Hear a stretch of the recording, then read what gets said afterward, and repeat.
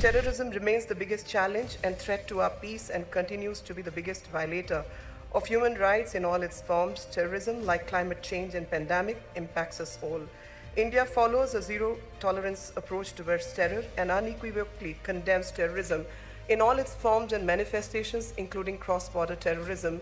India is also hosting many other organized conferences in this regard. For many decades, India has been affected particularly by the menace of cross-border terrorism, sustained through financial, political, and moral support of some states. Excellencies, it is unfortunate that Pakistan has again chosen the path of reckless use or misuse of CICA platform to propagate false and malicious propaganda against my country and distract from the theme and focus of today's discussions and cooperation amongst member states. The Union territories of Jammu and Kashmir and Ladakh have been and will remain an integral part of India. Pakistan has no locus standi to comment on India's internal affairs. Pakistan's remarks today constitute gross interference in India's internal affairs, sovereignty and territorial integrity, which is inconsistent with the CICA Declaration on the Principles Guiding Relations between CICA member states of September 1999. Pakistan is the global epicenter of terrorism and continues to be the source of terrorist activities,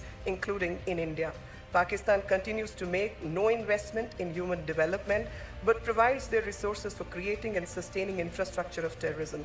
Pakistan must immediately cease anti-India cross-border terrorism and shut down its infrastructure of terrorism. It will do well to stop the grave and persistent human rights violations in Pakistan-occupied Jammu and Kashmir and Ladakh, refrain from effecting any further material changes in the status of Pakistan-occupied Jammu and Kashmir and Ladakh. And I'm happy to share that this year, India has allocated 50.2 billion rupees to the Ministry of Minority Affairs for the welfare of the minorities.